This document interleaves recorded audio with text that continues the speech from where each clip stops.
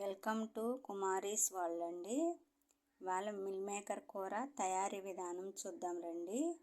ముందుగా meal maker నీళ్ళలో నానబెట్టుకొని ఉల్లిపాయలు కాస్త వేయించి ఉల్లిపాయ, పచ్చిమిరపకాయ, టమాటా మిక్సీ చేసుకోవాలండి. మిల్ మేకర్ నానబెట్టిన పిండి కళాయిలో ఆయిల్ పెట్టి కొద్ది జీలకర్ర వేసి మనం ముందుగా గ్రైండ్ చేసి పెట్టుకున్న అల్లం పేస్ట్ అంతా వేసి బాగా ఫ్రై చేయాలండి. బాగా అవ్వాలండి. ఆయిల్ అంతా పైకి తేలాలి, ఆ నీళ్ళంతా ఇంకిపోవాలి. పోయిన తర్వాత మిల్ మేకర్స్ వేసేసేయాలి. మిల్ మేకరు బాగా ఫ్రై చేయాలి. ఫ్రై అయిన తర్వాత కొంచెం అల్లం వెల్లుల్లిపాయ పేస్ట్ వేసి మిల్ మేకరు అల్లం వెల్లుల్లిపాయ పేస్ట్ బాగా ఫ్రై అవ్వాలి.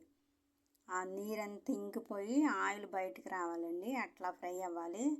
అయిన తర్వాత కొంచెం పసుపు, కొంచెం కారం, ధనియాల పొడి, చికెన్ మసాలా, కొంచెం కస్తూరి మేతి, కొంచెం కరివేపాకు, ఒక 4 స్పూన్లు పెరుగు వేయాలండి. పెరుగు వేస్తే బాగా టేస్ట్ వచ్చిద్ది, గుజ్జు బాగా వచ్చిద్దండి. 4 స్పూన్లు పెరుగు వేసి బాగా ఫ్రై చేయాలి. బాగా అంతా కలిగి పెట్టాలండి. బాగా కలిగి పెట్టి అంతా బాగా కలిసిన తర్వాత కొంచెం వాటర్ వేసుకోవాలి.